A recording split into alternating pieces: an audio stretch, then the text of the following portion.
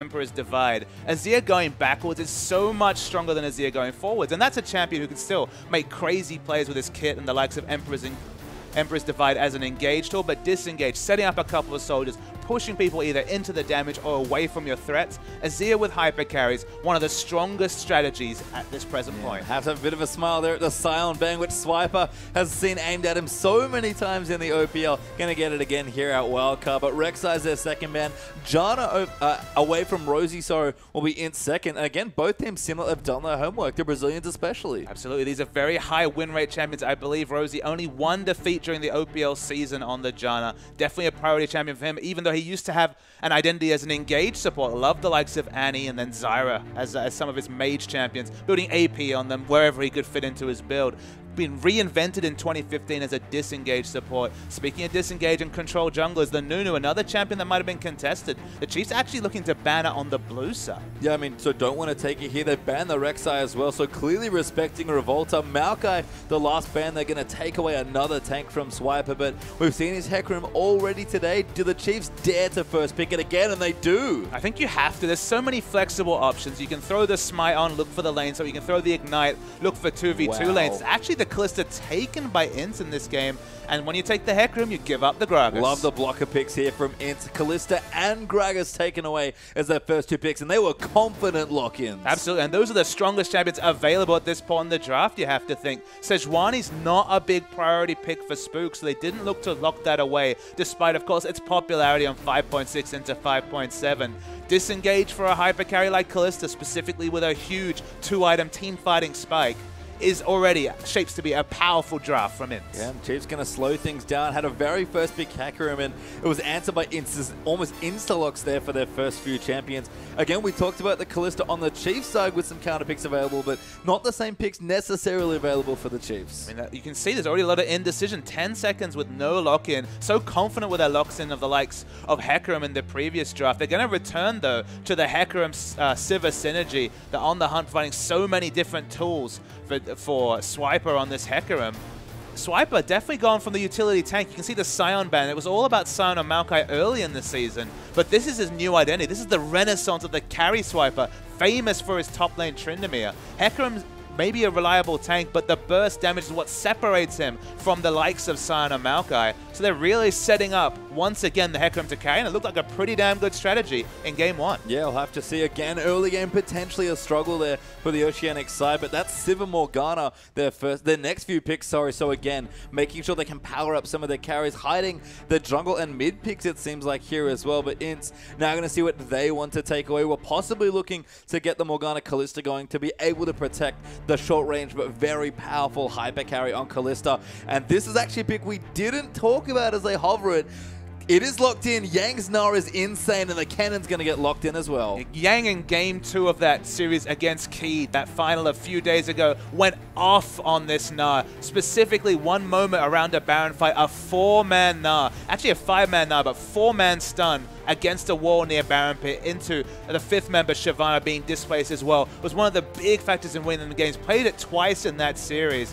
Look at all this CC. Kalista Cannon actually is the duo coming through. So they have flexible engage and disengage options. I mean, you throw out the explosive cask and then just activate the Slicing Maelstrom next to the Kalista, and she'll be hopping mad around a team fight, and there's little to nothing you can do. Yeah, and we've talked about so many different Kalista-based lands, but Kalista Cannon might be the best one currently as the Chiefs. They take Sejuani there for Spooks, but Swiffer gets his LeBlanc. And look, Swiffer's LeBlanc bought him so many MVP votes during the OPL season, but to be honest, they needed to pick the LeBlanc blind in this case because they needed something to show a bit of presence in mid. They've got a farming jungler, they've got a farming top laner.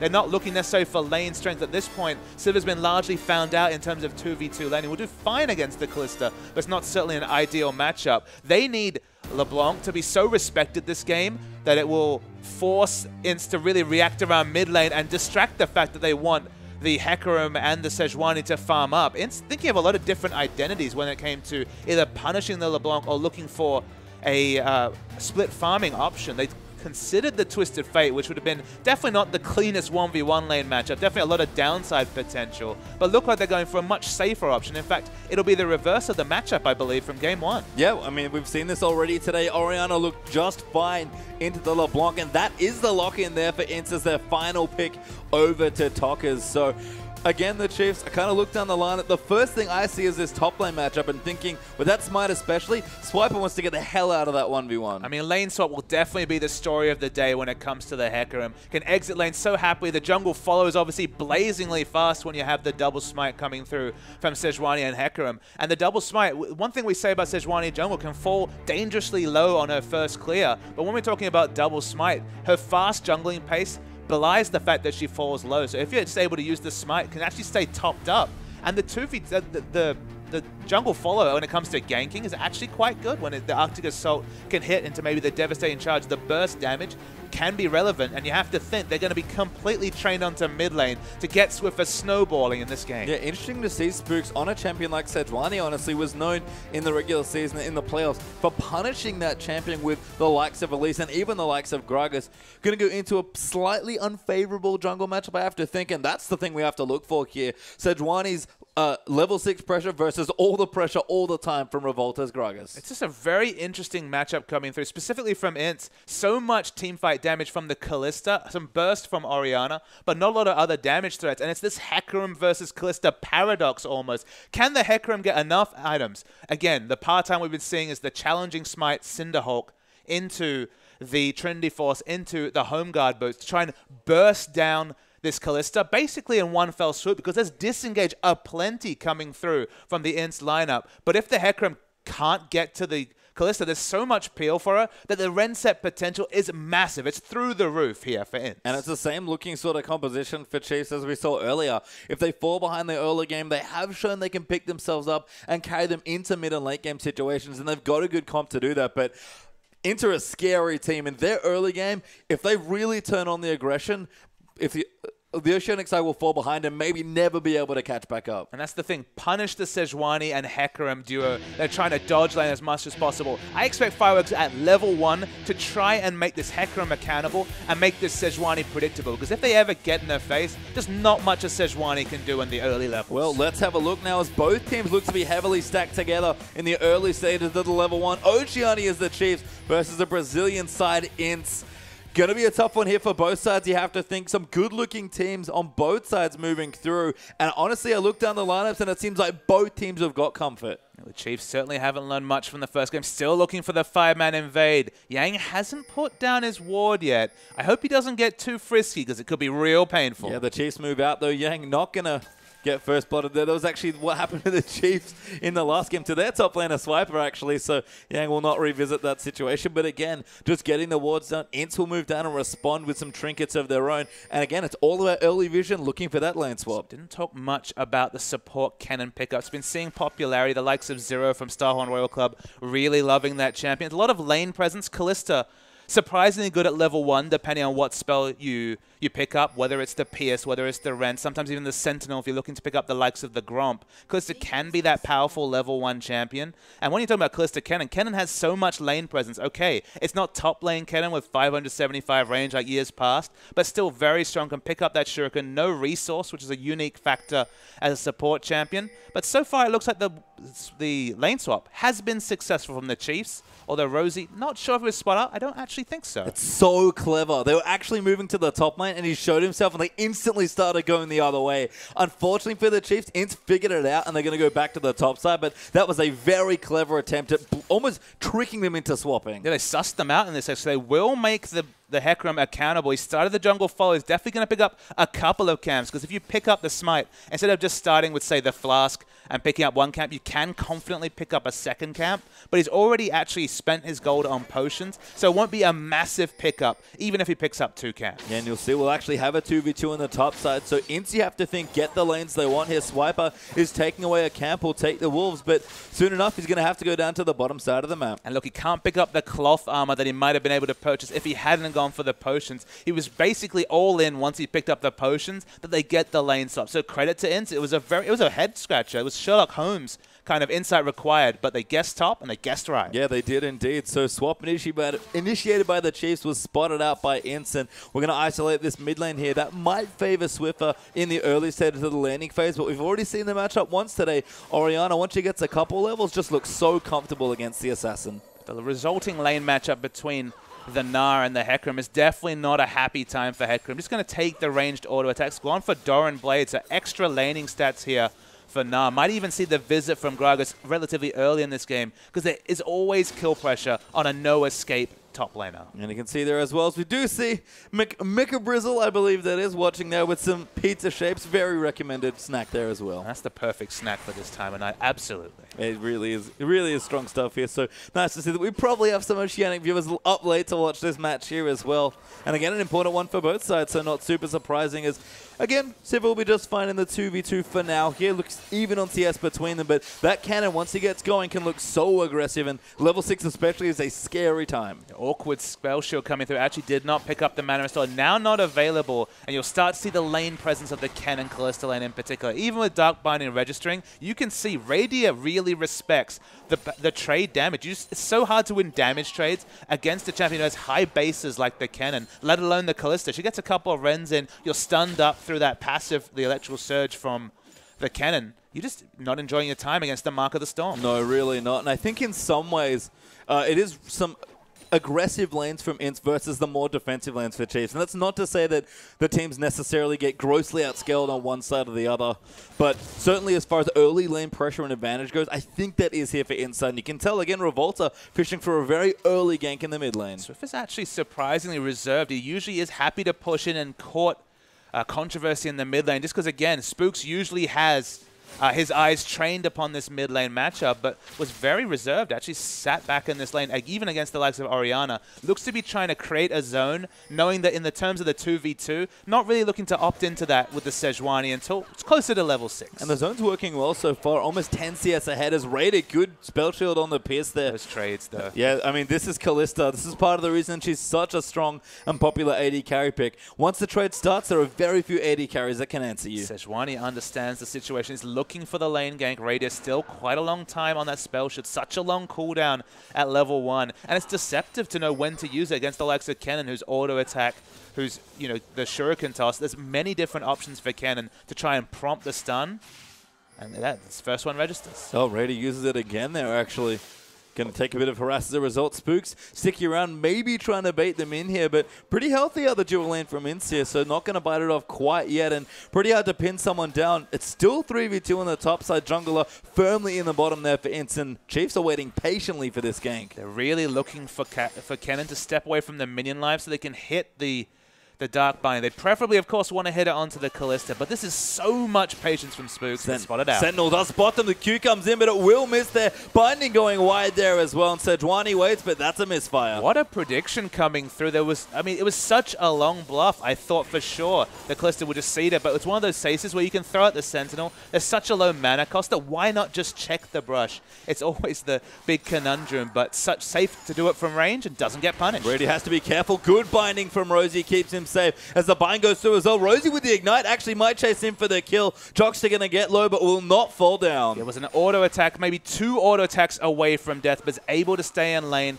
has some potions to pop, and the Kalista not being punished just yet. But finally, a little bit of breathing room for the duo here from the Oceanic representative. So they'll push the lane and probably go back, but a good answer there from Revolta. Takes the early dragon, and Swiffer going to try and chase him down, but he's already over the top. Swiffer keep going to go in, going to try and find the chain onto Yang. Does grab it, but can't keep going. Honestly, just using his mana pool there, wasn't going to be able to instantly DPS down the tanky Gnar in Mega Gnar form of all things. This is bought time for Hecarim to farm, especially in a 1v1 matchup with Smite, and it's been forced to stay accountable in a 1v1 matchup with no jungle pressure. Keeping even is actually very good for Swiper, but they eat the dragon through from INTZ just because they spent just too much time in the top lane. So punish for that rotation with Spooks. An aggressive ward there by Tucker's put down as well, roaming pretty deep into the enemy jungle on the blue side just to get it down, but that's a great bit of information. We'll spot Sejuani moving up that side towards the lane, or even just towards the wolf camp. But the warding in general is wonderful. Even though it's an early in the game, we don't see sight stones being completed just yet. Aggressive wards onto both the red buff and the blue buff area from the Chiefs just makes Sejuani that much more predictable. It means that when level 6 is pinged, the first gank, if it's predictable, and which Spooks is level 6 at this point, any extra information so you can respect the massive initiation potential of the Glacial Prison will be invaluable. And with that aggressive vision, they pick up the enemy blue as well. Lovely steal there from INTZ as well. We'll give that away to Tockers, and that's going to make a matchup that's starting to get a bit trickier for the LeBlanc, despite the CS lead that Swiffer currently has. Athene's plus the blue buff for Swiffer goes in for what looks like a Morellonomicon for a bit more aggression. All of a sudden, Orianna just almost untouchable now in the mid lane. And look, high-level League of Legends can sometimes feel like a chess game, but the first piece, the first move was made, just getting that aggressive vision in to make the Sejuani predictable, but it also opened up the steal, and Spooks. Oh, does dodge the ultimate there by Tockers. Good Arctic Assault out, sort of predicts the shockwave to come in and just cues our way. Didn't even need to use the flash. So INTZ went for the engage, couldn't get it. Now the shockwave's on cooldown. Now you really don't want to overextend if you're the Orianna. Just wants to push in this wave as much as possible, but Swiffer probably going to use his health bar to stop this from hitting turret and just trying to create as many zones as possible in mid. It's only bought him a 10 CS advantage, but purely this is from smart laning by Swiffer. And all of the smart lanings actually bought Chiefs a 700 gold lead or 600 gold lead in the early stages, pretty much purely just from farming. All right, INTZ do have a dragon, so there's an advantage there to bounce it out as well. But we talked about the comps and the Chiefs wanting to scale a bit more. Fate's Call, though, going to get used in Raided with a wonderful spell shield. Still gets stunned, though, cannon as he gets nailed. And now the Pierce comes through as Rosie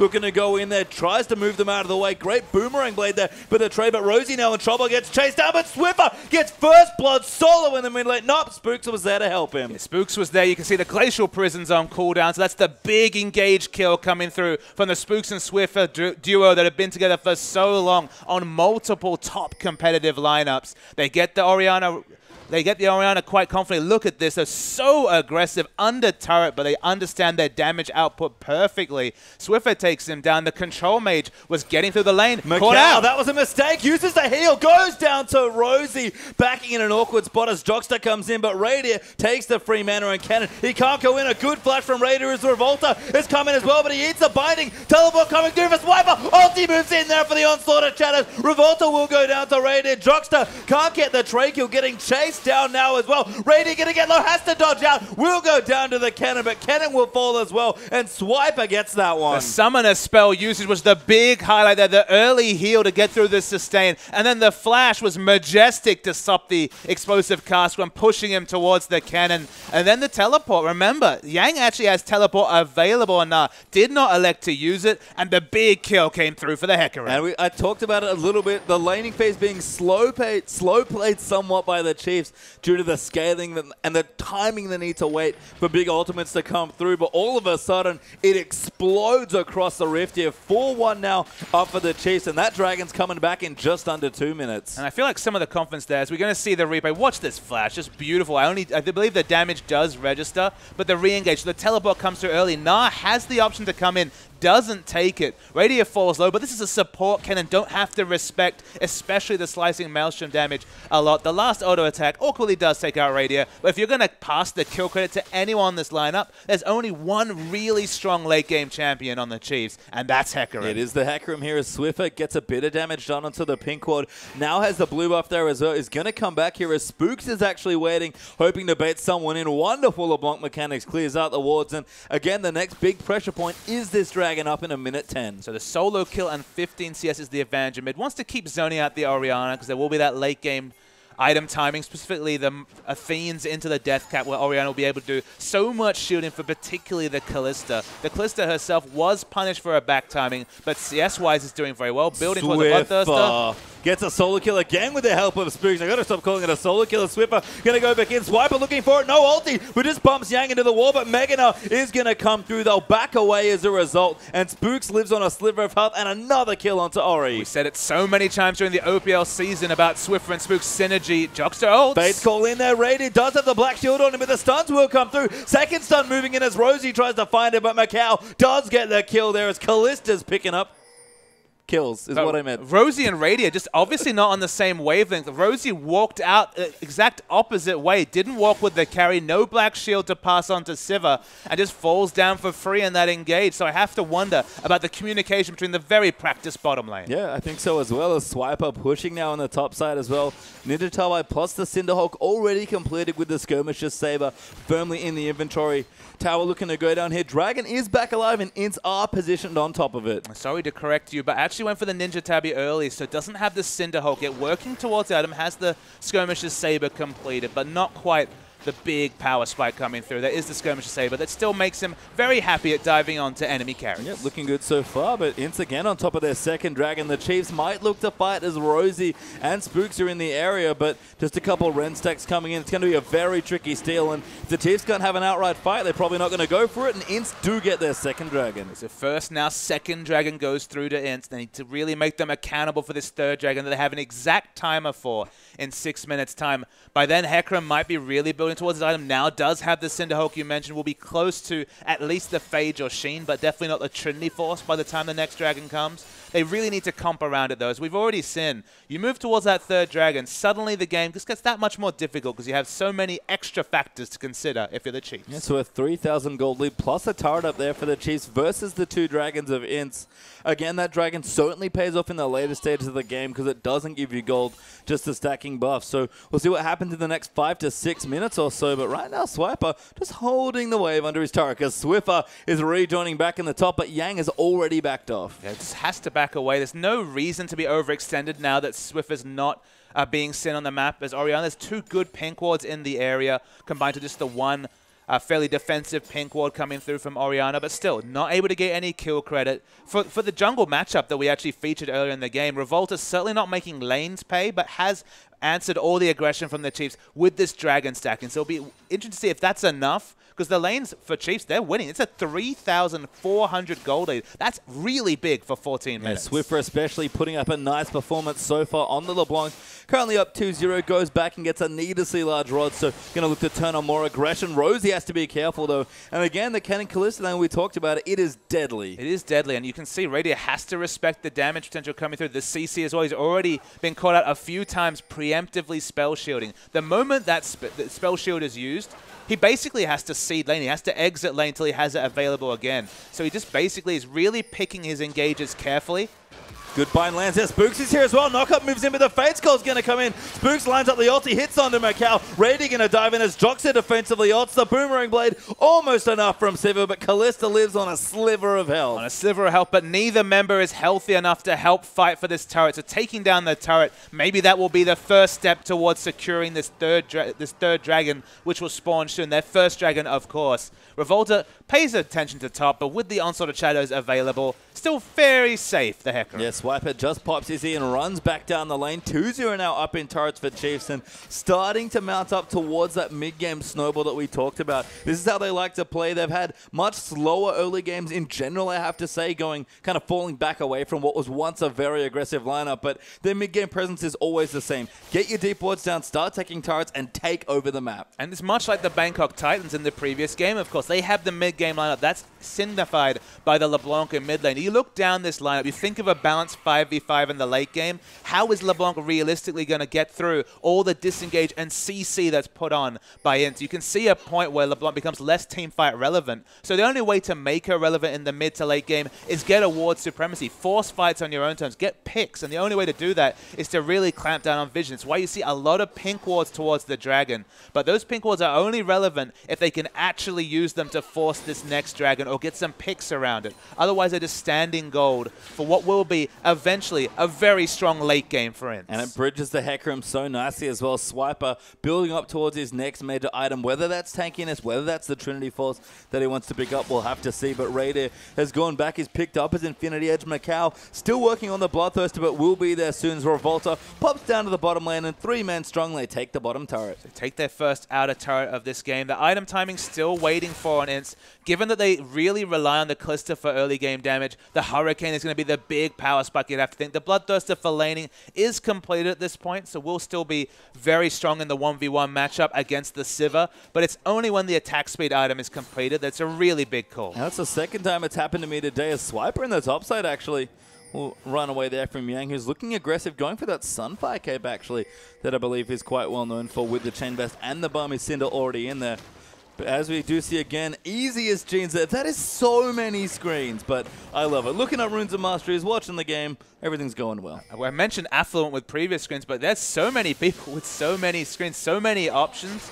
And it's just good to see. It's great to see here. And the thing I want to mention again, the Senpai cape now picked up for Yang, but going to move back over to the other side to the mid lane for a second. It's not a Zhonya's once again. They keep tricking me, Papa Smithy. It's a Luden's Echo second. It's not quite Death Fire Grasp that LeBlanc players might have opted into in previous patches, but it's just more burst. And you get so many spell rotations with your short cooldowns with the likes of Mimic that, again, 2 spell rotations, that's 200 base damage, plus, of course, AP scaling coming through from the Luden's Echo. More burst, that's happy times for the LeBlanc. You saw Chiefs group up in the mid there, trying to take the last outer turret, but INTZ are grouping well there to make sure that doesn't happen. Swiper smites the Grump and takes it away. He's got a Phage now, so I have to think the Trinity Force is the next purchase on his mind, and that's the big hit there for the Hecarim. Whatever 2 items he wants, whenever he hits them, he usually starts to really impact their team fights. So has the Phage for the next Dragon fight. It's been on lockdown by INTZ so far, but those are now completed by the Kalista. Again, it's easy to punish this Swiffer item build. He hasn't gone for a Fiend, he's gone for the cheaper Melanomicon option. He's also gone for the Luden's Echo. There's no semblance of magic resist in this discussion, Pastry Time. So the big thing for INTZ around this 3rd Dragon, which it looks like with all the pink wards that Chase have put down, they're looking to opt into a fight around, is try and make Swiffer pay for all his aggression he's shown in the first 19 minutes. Well, they do need to fight here, but INTZ are getting back on top of it, starting to clear out some of the other vision, putting down their own pink wards, and it's back in 10 seconds. Radiant with no tower might have to dodge a gank here, but a good ward will spot them off here, and the Bloodthirst are done for Kalista means that Radiant probably doesn't fancy that 1v1. I'd like to see Hecarim walk down to help with the ward clear, just because they've already spent 300 gold on pinks around this area, and obviously if you have less members, you just cede any hope of keeping those pink wards on the map. You can see the big contest is being expected. Hecarim's backing maybe to look for those home guards for the potential flank engage. INTZ, they've had the lockdown on Dragons, the big win condition they've opened up in their early play. Gold-wise, they're a few thousand gold behind, but Kalista gets going in a fight. That's going to all be equalized. The home guards are here, and Swiper is waiting back in the base, so the Chiefs have to pull the trigger now, and most importantly, they have to get on the Dragon soon, because if INTZ get on top of it and that Ren stacks up, they have no hope of contesting it. The minion waves for INTZ are really well prepped. They look in the bottom and top lane. Both have big minion waves being pushed. Chiefs have to start now, and the big teleport, that'll be the question. Yeah, here it comes. They're moving in. Spooks diving in aggressively, but Jockstar answered with his ulti. Swiper diving in the backline looking for Macau, but gets stunned up, but Swiffer has gotten the first kill. Swiper ulti's there, and he's going to chase out the Kalista. Rosie pops the ulti. They're chasing so hard, and they do get it, but Yang going to hop in on the nut, almost in the Mega Nut form now as well, but we're still fighting on the other side of Swiper getting low there. They have to take out Tockers. Gragas goes down, but Swiffer looks to fall as well. Doesn't quite go down, but it's a win. Actually, no, a trade. I say it wrong. 3 for 3 on both sides. 3 for 3, but no Dragon being claimed by the Chiefs. Still hope for INTZ to pick that objective up. Get a lot of assists and gold onto Tockers, getting, of course, the assists. Orianna in general, and every team fight's going to shield up, going to pop the distance, get a lot of kill credit. So an even trade, despite the gold lead, is a good thing for INTZ. It really is here in a strong team fight there. Couldn't quite position both their carries, could the Chiefs. And again, it's so awkward to have to force on top of the Dragon, but that's the choice they have to make now, given that they're already down by 2. And that fight, LeBlanc expertly navigated around and got some kills. So we'll see the replay coming through. Wait for the ball placement. There's actually a really big shockwave coming out in the middle of this fight, waiting for the engage. Onto 3 members, I believe, was the shockwave. Macau found a really good spot to auto-attack, but then it was just punished by Swiffer because he started to kite backwards towards the bottom of the map. The fight continued at this point. It will eventually be the even trade. Swiffer even gets a second Luden's Echo proc. They thought they got the kill, but it was, of course, the clone in that situation. They rush straight back to the Dragon, but some of the big ultimates are not available. Rosie's got a pick though, and Swiffer takes it out. Now Spook's going to dive in onto Revolta. Rosie will clear the pink waters. Yang going to look in, but he's got no rage so far, and the Chiefs on top of the Dragon do take it away. And when you have ward supremacy, you see the power of LeBlanc. One of the big things to consider, her ult so frequently available when you go for that CDR build. Everyone on INTZ was waiting for those ults. Now finally up, but doesn't matter. The objective is taken by Chiefs. Yeah, and this LeBlanc is massive. 5-0-1 for Swiffer right now. Luden's Echo and Melanomicon and an EDC large rod. The tower will fall, giving Chiefs a bit more gold. As Revolta going to get dove on. Massive damage there from LeBlanc. As Spooks goes in, finds the ulti onto Toggers. Swiper going to dive in there as well. The shockwave though going to take out Spooks. Spooks as Yang hops away, but Swiffer wants more blood, dives in again, looking for a kill, but can't find either of the blinking low members of INTZ. And the real staggered engages coming through from Chiefs. Aggression isolated, but Swiffer. So deep they're going in, but out of mana, I think is the only reason he didn't chase in. And this LeBlanc is really hungry to pump up the KDA. And you can see that Swiffer and Spooks really want to dive in, but the other objectives were staggered. They were not of one mind, and the result was just a trade kill coming through with what could have been a bigger team fight win for Chiefs. They need to expand on these things as Yang Swiffer just dies. Finds his way to the top lane and just gets another kill. That's 6 now for the LeBlanc. And again, we've seen it. We've seen one LeBlanc already just not amount to anything at this stage. But when you're this far ahead on LeBlanc, you can still snowball in a mid-game. The Mimics are just coming off cooldown so quickly, and the burst rotations with the Luden's Echo, and now another needlessly large rod. No time for Sorcerer's Shoes, but no time for any members on INTZ to react. They just die in one rotation. And again, INTZ have to be careful, but they are getting some items powering up now as well. Randu and Zoman almost complete for Yang, and does have the Sunfire plus the Ninja Tabi done. 2 items now done for Tokkers at a very strong pace, and as even the CS back up in that lane nicely, so the Deathcap and the Athenes are looking good. The Bloodthirst done for Macau might be the biggest thing, but he is going back to shop and does almost have enough for the Hurricane. But crucially, the Hurricane's going to come in pretty late. It's looking like a 26-27 minute Hurricane. The 2-item power spike will start to get outscaled when armor is purchased. Hecarim's already fit in some cost-effective armor, so not rushing purely for the Trinity Force. Might feel that he already has a burst friend in Swiffer that doesn't necessarily need. Yeah, almost goes down. That's the tanky now with no MR, but a good stack of health getting chunked out massively by the LeBlanc. And he sees Swiffer's inventory there. He's not interested in any sort of defensive item. He's going for a Deathcap third. That's why I quite like the fact that they're not rushing the Trinity Force. Get a bit of armor, stop the potential for the reset.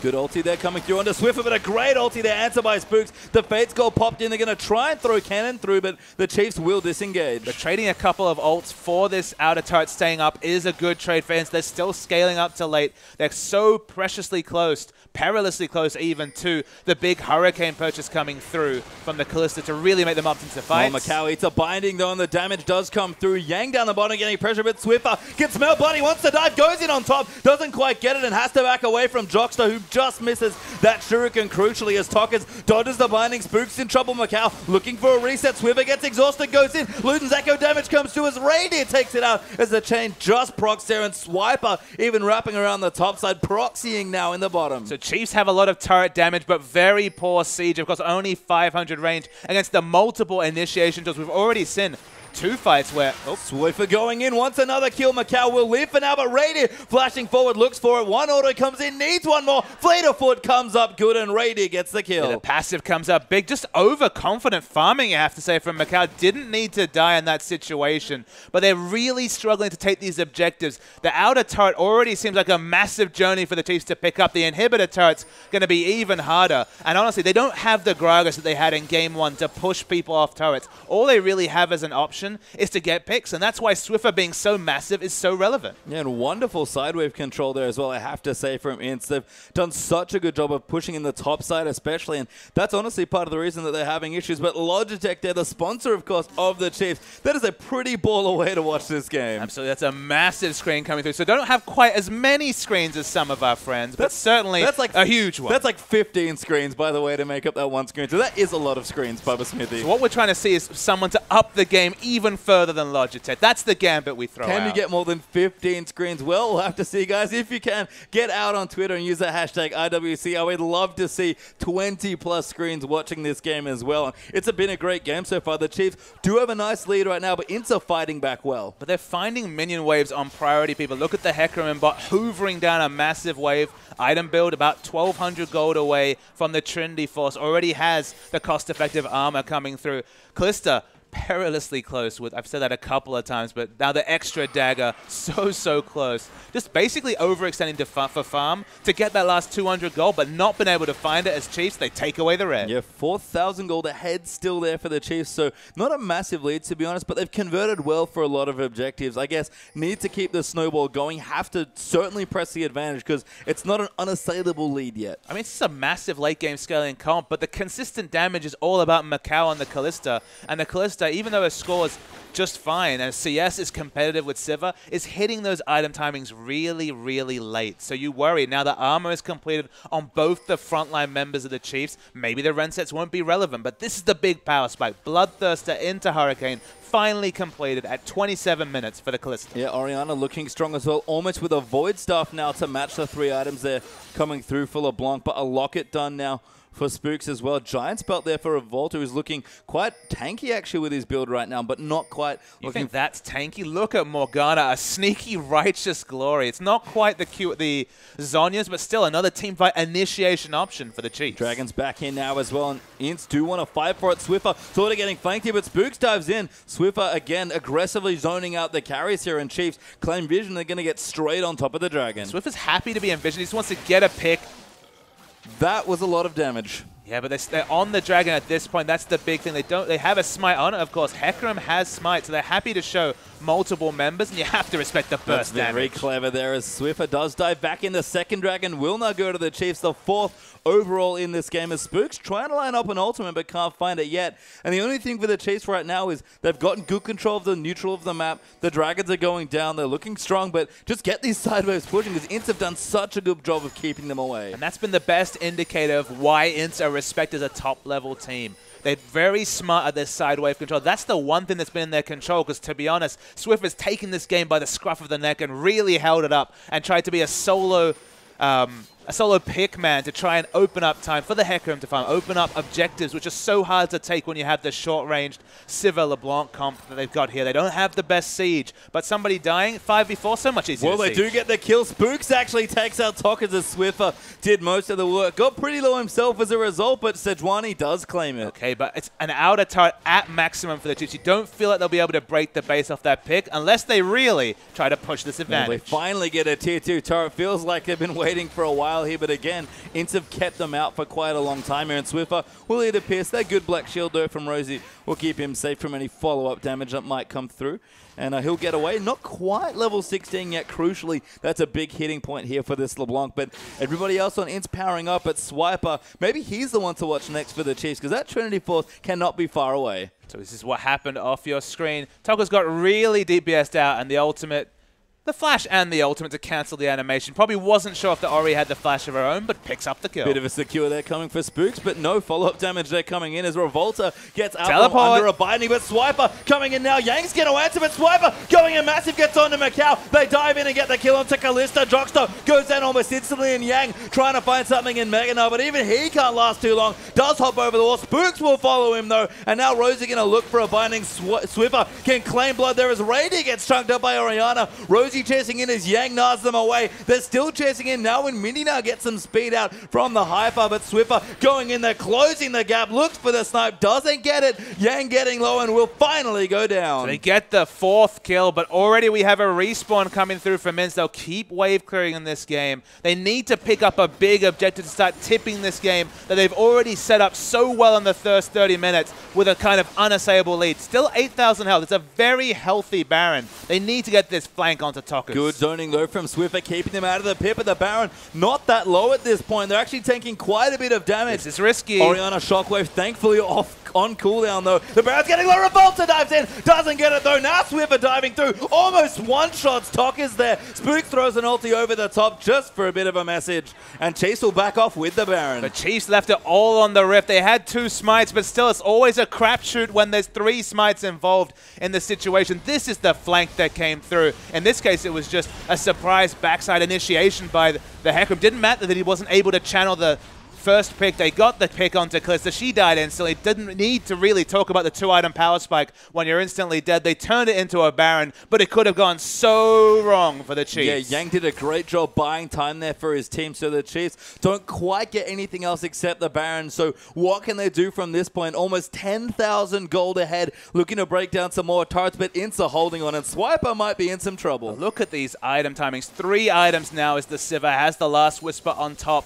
of the core, the Infinity Edge, and the Fan Dancer. Swiper. That's not the face check you want. Not against this. Swiper does ulti out of the way, and he'll be safe for now. This time, finally managed to escape. I mean, just look at this Morgana. Righteous Glory was finished super early, snowballing from all the objectives picked up, but now an Aegis as well. That's double Aegis, even though these are big, spread-out fights, even though Swiffer's usually on a flank and the tanks are diving in, but the Morgana probably going to be next to Sivir. It means that everyone on this team will be affected by the Aegis to respect the magic damage. Good shockwave coming in. Insta-kills Radiant. Now Swiper getting chased out as they'll dive onto him again. He's looking for it. He's going to maybe buy some time for Rosie to come in, but can't find it. Instead, Swiffer left to try and take out turrets in the top side, and a good double there for the Orianna. Yeah, but Swiffer has the Baron buff minion wave, so picks up a kill. It's an excellent engage from INTZ. The face check, this time punishing them severely.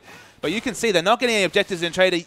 The chains go wide. Does he have enough damage? Mimic chain in there as well. Wow. That was not the right question to ask. The answer, though, is yes. I saw a chain come up, but then I realized that was the Mimic chain, and that was deletion damage by Swiffer. It must be Void Staff time. Yeah, it's not. Yep, is done now as well. Got the home guards as well for the Sork Shoes. Dragon up in a minute 10, and it's a very important one as well. Breaking point you have to think here for the Dragons as both teams are looking for their third. Baron up minions still helping the Chiefs push out those pesky side waves that they've struggled with all game long.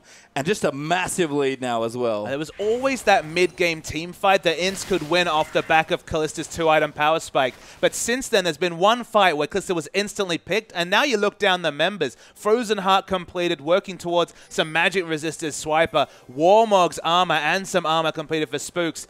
How are you going to push those Ren stacks? How are you going to kill that first tank and get any sort of reset unless another pick is engineered? INTZ have shown great proficiency at getting picks. Almost killed Hecarim once, then got the double kill. Need to do it again. Oh, but so much aggression now. Even Rosie popping his Righteous Glory, going to get a flash out of the Orianna as a result. And the Chiefs, I like this play, not going straight to the Dragon yet and setting up, want to push out the waves first and try and get a kill. They don't have the Baron buff anymore, so they don't have the free siege button of those Baron buff minions coming through. In fact, no, yep, they definitely don't still have it. The Dragons soon, but they're just looking to poke and take a turret. That's been their game plan for the last 20 minutes. Yeah, and you can see Orianna doing some nice things, positioning the ball forward to try and take out the minion waves, and the Chiefs do back away, realize that we can't really siege here, we need the Baron, so instead, let's take our other win condition, and that's trying to get the 5 Dragons. I mean, the other win condition, or the other thing to consider is, again, the waves not really working out for them, still pushing against the one part of the game that the Chiefs haven't got a handle on this game, and INTZ look a level above the Chiefs in minion wave control. They really have, and a great solo from Swiper, though, looks to get them the Dragon. Again, very creative use of that second smite, and Swiper taking maybe a little while longer, but the Chiefs are ensuring it's a very safe solo. And look, it's quite a deceptive thing, and we talk about minion waves, we don't really examine them. All I can say is that if the Chiefs lose this game, you can look to the 35-minute mark, the 30-minute mark, all these times where they get a pick and can't get the big fell swoop of, say, 2 turrets and a massive objective. If they only get the minimum, there's always the chance that INTZ get to item timings and can power down a fight, and because they've consistently had those waves prepped, they'll be the ones to get 3 turrets, maybe break an inhibitor, because the death timers get long enough. If the waves are in the right spot, you can get so many objectives. And the Chiefs, they've won multiple fights in a row, but they haven't broken the base. They've got the Baron, but they haven't broken the base. That's what the Chiefs need to do, and they haven't shown they can do it. Yang, though, forced to back away. So much damage coming in, almost taking out the Gnar, and Swiffer will take a bit of poke there from the cannon, but he's back to the top side farming. But Swiffer, remember, he poked at someone with teleport, so it's definitely the minimum advantage in this case. They need to push up some wards. They have good wards around the INTZ jungle, but definitely not a complete warding information. Hecarim's trying to set up a split push in the bottom lane. Does a lot of turret damage, but Gnar's going to go answer him in the bot. And again, it's all this side wave control from INTZ that's making all this rotation from the Chiefs look quite awkward, honestly. They've got good options. They've got LeBlanc and the Hecarim that can both split push, and they can disengage well with Morgana, Sira, and Sejuani, but honestly, the execution in this stage of the game has been honestly poor from the Chiefs. INTZ have done such a great job with side lanes. And that's the crazy thing for the Chiefs, is if it keeps going like this, there's always that potential that they misfire in a fight and lose the game. So, honestly, the big question mark is, do you go for the turret dive? You have a Warmog's Locket, a Glacial Shroud, Sejuani. You've got a huge Hecarim. You have to feel if they force a fight, and at this point they can only force a fight around inhibitor turrets because basically everything else has gone down for INTZ. there's always the chance you lose it, but the item timings they have relative to the item timings of the enemy, it's still likely that they can win a fight even under an inhibitor turret. Well, they do get another turret as a result, so finally all of the tier 2 turrets taken out. The other objective they can fight around, of course, is Baron, which seems crucial to this team comp here for the Chiefs, and it's back up in 55 seconds. Maybe going to go back, spend some gold. Fate's Call actually used there, I believe, onto Jockster. Radiant are forced to pop his ult defensively, and the Chiefs, again, slightly caught out in rotation there. You would have thought with all the advanced vision, they would have known that it was a bit of a bluff coming through from Jockster, but they get out the fairly short cooldown, but relevant team fight cooldown of the On the Hunt. Swiffer now haunting guys as his item, maybe looking for Leandri's as that last purchase there as he completes his build. Radiant getting stronger, building in towards a Bloodthirster now as well, and even Hecarim just piling on the tank items at this point. But the good news for INTZ, I suppose, is the Chiefs won't really get that much stronger. I mean, look, it's the Baron buff into forcing the objective, either hard forcing it with a dive, or for once actually getting your side waves under control. Get them under control, Chiefs, because you've done everything else correct this game,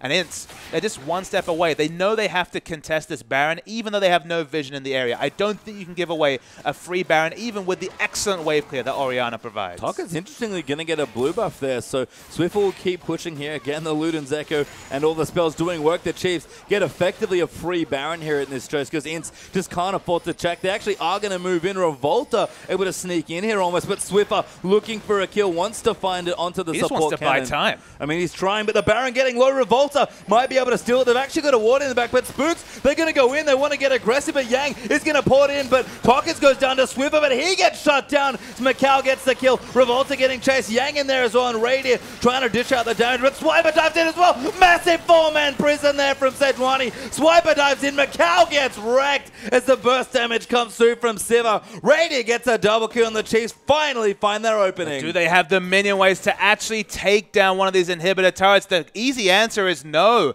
The minion wave in the mid lane is pushing back. There still is some semblance of wave clear coming through from Revolta. Yang probably wants to chance bomb into Meganar just for some wave clear of his own. They're going to go for the tanking of the turrets. Not a lot of damage threats, so maybe minion waves be damned. You still break the base. Yes, Swiper wanted the base gate, I think, just to check Gragas coming back in. So they will finally break it. The inhib will go down as well. But INTZ have done such a good job defending. And honestly, from about the 20-minute mark, just became a one-sided affair. It's just a weird situation that the minion waves have really kept the Chiefs from getting any sort of advantage. If they had been on their terms, if the minion waves had been under control, this game would have been over 10 minutes ago. You look into the late game, can Kalista get it done? Her item timings have always been, to be honest, later than the tank items coming through from the front line of Chiefs. And that's the awkward spot for Kalista, is that she's really strong with 2 items. She's really strong if the enemy front line is either weak or squishy or just behind in items, but neither of those things are true, and she has to respect her Hecarim. Speaking of respect, gets one shot there by Swiffer as a quick combo comes in. Spooks base plants the wall due to Revolta's ulti there, and now Spooks going to get chased out as well. Swiffer maybe wants it. The ulti does come through there, but a bit of poke damage comes in and a 1-for-1 trade. And the 1-for-1 is excellent for INTZ. It's the jungler, the CC tank, this very tanky Sejuani for the support cannon, who also has the shorter death timer, will be up soon. Spooks not being alive.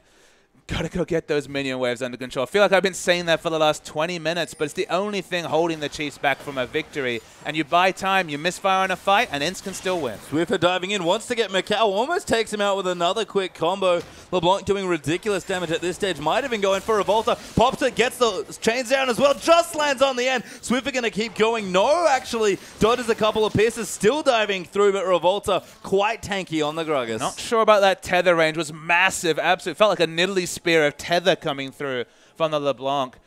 But I mean, Chiefs just have no more ideas. This is maybe where their strategic gameplay is falling down, is that they've broken the base in top. They look at their minion waves. They're not there. They walk towards Baron.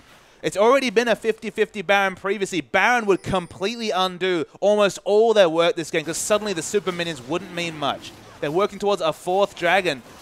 It's a sad state of affairs where a 5th dragon is a needed win condition given how far ahead they were this game, but honestly, it looks necessary for the Chiefs. That does look necessary, but we'll see if they can close out the game with the lead they have. And even though the gold lead will start to diminish in terms of value, even though the difference will likely stay at about the 10,000 mark for most of this game, even if INTZ do start turning it back around, when they start winning, it'll be with this deficit. That will even out eventually because people have enough gold. And even maybe scarier than that, making mistakes when the death time timers are this long and the minion wave control's been this good from INTZ, that's the real killer here for the Chiefs. And the Banshee's Veils are coming. That's one of the best items to deal with LeBlanc. Stops those big combos from being instant death combos. I mean, the Spell Shield and this, I mean, the Health and Magic Resist, to be honest, really is the most effective pickup against the LeBlanc. So, I mean, it is QSS from the Callista, but if that can turn into a Banshee at some point, they have a lot of options. Swift is looking to split push. This could be 5v4 action under the Baron. Yeah, his team's on the Baron there, so they will have to back off, but they're trying to get a turret. He's got a lot of AP. Yeah, I mean, that turret's dead now. Even no Lich Bane there, but just enough damage. The cannon creep coming in as well. Is that a Banner of Command? It is Rosie, who Banner of Commanded up the creep there in the bottom side.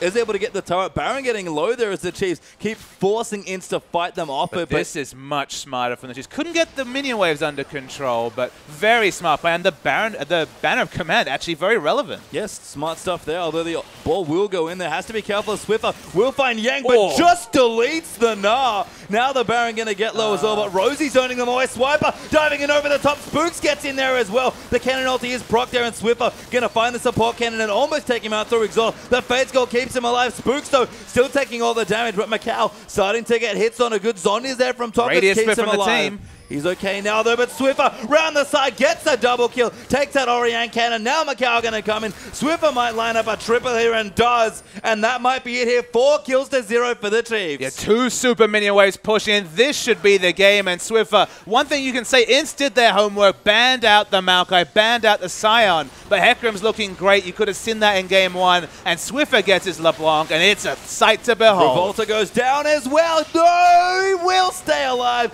Gets back to the base, but the Nexus will fall down, and the Chiefs will beat INTZ. They're 2-0 now in the tournament. And what a performance from Swiffer in the mid lane. LeBlanc on patch 5.6, 5.7. You can see Swiper giving a big hug. This game was all about Swiffer. Equalized the fact that it was patch 5.7 LeBlanc and the tank meta. We always say, if you're going to pick LeBlanc on this patch pastry time, you need to make it happen. You need to get the solo kills. You need to make the pressure. And he did it all. That was all on the back of Swiffer. He really did. And a wonderful looking game there for the Chiefs, taking out one of the toughest looking teams here at the tournament. But we look towards the later stages of that game, and we kept talking about the minion wave control, struggling to close it out. And especially in a longer series, if they are looking towards the playoff section of the tournament, they can't afford games to drag out that long. And you have to feel like in their first series, they showed an exploitable weakness at the level 1, falling behind. Another team could have really taken that game by the horns and won that first game, but were able to farm up on late game power spikes and take it out. In this game, another weakness that they showed was their minion wave control isn't up to the standard of the top teams in the world. Another thing for them to work on, but they're getting the victories on the board. They've taken down INTZ. That's the only time these two teams will meet in the round robin stage. So, I mean, that's an important victory to take, and they'll have so much confidence going into their last set of the game later today. Yeah, good notch in the belt there for the Chiefs. But INTZ, I mean, played great. You can see why they were one of the favored teams moving in. Couldn't quite get everything going. You saw what they wanted to do, but poor Orianna, who would have thought had a fine matchup there with the counter pick. Spooks, as he almost always is in a lot of situations, was there for Swiffer once again. And once he got a foothold in the game, LeBlanc just kept going. And I guess the thing you have to mention, Swiffer beat a LeBlanc on Orianna in game 1, and now in his second performance completely took out an Orianna on the reverse matchup. What does that say about the sort of confidence and just mechanical skill from Swiffer on these majors? Been on this lineup, been in the world scene for a long time, but finally really showing it with aplomb with such an impressive performance. You know, maybe we'll check out a little bit more of it as well. We do have a replay here from the last game as well, and it is the last crazy fight of the game, Papa Smith. And there was multiple crazy fights, and I think the craziness will be some of the burst damage coming from Swiffer. So let's just, before we roll the tape, look at how many bars there is on that guy's health. That's Yang at this point. Randuin's Banshee Veil Sunfire. So it could have had more items at this point, but still super tanky. And this is a LeBlanc not known for a tank killing ability. Has 6 items. Maybe that'll be relevant as we roll the tape. So coming through, just wait for this mimic. He literally did 2,500 damage instantly. Yeah, and it keeps going. I mean, the fight keeps going at this point. But remember, this is already the front line down. Gonna need Gnar to fight around these areas. Exhaust at this point, Fate's Call makes them untargetable. This fight is actually looking decent. Suddenly Macau is free hitting, but Swiffer exits the screen at this point. You can see on the minimap showing up on the right. It's an instant double kill with just the distortion coming through. They chase onto Macau, take him out, and even if you can never prep your minion waves, as you can see, there was a red minion wave pushing in the top turret. If you can win fights like that, doesn't matter. Yeah, I mean, you know, the smart stuff definitely at the end there. The Chiefs sort of figured out that we need to find a way to actually break this base. What we're trying to do is not working. So a smart split push there. I have to say, the one big thing for me throughout that whole series was the Chiefs used both their smites very effectively. Absolutely, but they opted into risky situations. We didn't even mention taking the Baron 50-50 against their Gragas. 3 smites, one of them on a top laner who won't necessarily have the same smite mechanics as a jungler. Anything could have happened in that situation. So the fact that they picked it up while being clutch, it's a risky thing to choose into 50-50, but the top teams in the world do it. We see Chinese teams doing it all the time. When it works, you look back at it and say, well, that was a necessary risk, but it could have gone oh so much more different. Yeah, and again, we'll definitely see if they clean some things up, but early game, again, didn't fall behind this time. That was the big thing for me. Kept it nice and even, and when it got to the mid game, all of a sudden, it's the same team that we've been seeing dominate regionally. And they were behind the 2 dragons, took their laning advantage, took the gold lead. They had about 3,000 gold around the time the 3rd dragon spawned, and got back into it, prepped the vision. Remember, they had 3 pink wards around the dragon for their first to be taken. There had already been 2 taken by the opponent INTZ at that point, but they took the dragon. They made the dragon even a win condition after being 2 behind in the early levels. So if the Baron hadn't gone well, there was always the 5th dragon to visit. You felt like eventually they padded their resume enough. They finally had the resume to be that world beater when they prepped the dragon, but that's the thing. It felt like if there was just a bit more scaling, if it was instead of Kalista, a different hypercarry like a Jinx who can really take over those late game team fights, it could have been a different result for the Chiefs. And I think we look back, and I think we're going to start seeing some LeBlanc bans there. I mean, Swiffer already draws a lot of LeBlanc bans in general, but I think some other teams might be looking at that game and being like, maybe we should ban this away. But for me personally, how many more times is Swiper going to be given Hecarim? And that's the thing. Swiper's defying conventions. You do your research on someone like Swiper, you look at the OPL split. I mean, he just played tanks. He played Sion Maokai basically religiously. Those champions were banned out to him. The Sion bans in particular, one of the most banned champions in the OPL, I believe, was Sion. So you could be comfortable for thinking, okay, let's give him the Hecarim. He hasn't shown any prowess on these more carry-oriented top champions, but Hecarim does everything. That's kind of the disgusting thing about the champion is he's super tanky, he has an excellent initiation, he does big burst damage, and if you go for this Smite teleport build, I mean, he's just so reliable at blowing up an enemy AD carry or rendering them completely useless. What is a Kalista with Hurricane going to do when a Cinderhulk, a Trinity Force Hecarim jives at them? I mean, there's nothing you can do unless you have massive peel for your team. And peeling the Onslaught of Shadows, difficult. The burst damage, considerable. And if you're isolated, you just can't DPS down with a team fight build a big tanky Hecarim. And that for me shows in the priority that they've shown. I believe that's 2 games in a row now that they've just first picked it straight away, wanted to make sure they get it. And you do have to justify the pick, A, by performing on it, but B, having your team play around it to the point where you get strong. But twice now Chiefs have played games on Hecarim, and that's twice they've gotten to that position. But we do have another replay here as well. So we're going to delve a little bit deeper into the rest of the game. It's a little bit earlier this time, Papa. So this is when they had the Goldie. This is the 3rd Dragonflight I alluded to. So they prepped this with Vision. They had pink wards around the area. They didn't have any dragons on the mark, but they indicated the 3rd one's the one they want to fight to. That's when the stats really start to get relevant. The 5% movement speed can undo a lot of situations because you pick it up, suddenly you rotate smarter, suddenly everything goes well, suddenly Cannon's able to close in on a fight that much better with the extra move speed. So we'll roll the tape at this one. They're in great position. They're a 5-man group in this situation as the Hecarim ult comes through. The engage comes through from the cannon. Doesn't get much work done. But again, Swiffer, focus fire. They focus onto the cannon, kill him instantly. So it's already a 5v4 situation. Macau's doing smart things, but he's kiting, unfortunately, towards 3 tanky members. He doesn't have any peel from his team, despite the fact this is the Gragas. So you have to wonder why Gragas not holding onto that CC to really set up the cannon. But before we go in, we have an interview with Swiffer. With teams of the tournament. How confident do you feel right now? Oh, like at the moment, we're so confident. Honestly, like we expected this to be our hardest match, and having won it, like just ecstatic at the moment. Yeah, that's it. Okay, LeBlanc performance was incredible. Your performance was incredible. Do you expect any bans on LeBlanc for the next matches? I mean, like maybe we shouldn't have shown it so soon, but I do expect it to be banned, but hopefully not, so that I can continue to do really well. I mean, if it is banned, like we've got plenty more prepared, so it's fine. So yeah. So did you practice any special strategy on INTZ? Our draft phase was prepared really well by our analysts. Like we scouted what they really wanted to do, like recently with their team compositions and everything like that. So in that respect, yeah, we prepared like considerably for them, probably more than any other team. And once we kind of took that composition away from them, we didn't really know what they play, but we didn't really know. But it was fine because that was their strongest comp, I feel, and we were able to deal with this one. So yeah. Do you want to say anything to your fans or to your supporters? First of all, to everyone watching in OCE, thanks for sticking around so long, even though it's some kind of ungodly hour over there at the moment. Yeah, just major shout out to our sponsor Logitech and our managing staff, Frank and Amy, and obviously everyone else on this team. Oh, and Riot Games for hosting this event. Yeah. Thank you for the interview, and now we're back to Chris. Yeah, and Swift there with a Spartan performance. A lot of confidence there coming out now. And I mean, that's the thing for the Chiefs. They're definitely a team that can play emotionally, Swiffer especially, but after a LeBlanc game like that, I'd be ecstatic too. And plugging the sponsors, carrying games, it's all looking good for Swiffer. Oceanic teams have been in this position before, we remember, though they often have these strong starts. Can they keep it up and actually power their way towards the finals? MSI looms for a team like the Chiefs, but it's only 2 games in. They have to secure it with consistent performance. Well, we'll have to find out later. The Chiefs, a strong start to the event, but plenty more games to come. We're going to take another break, but when we return, the coverage of the IWCI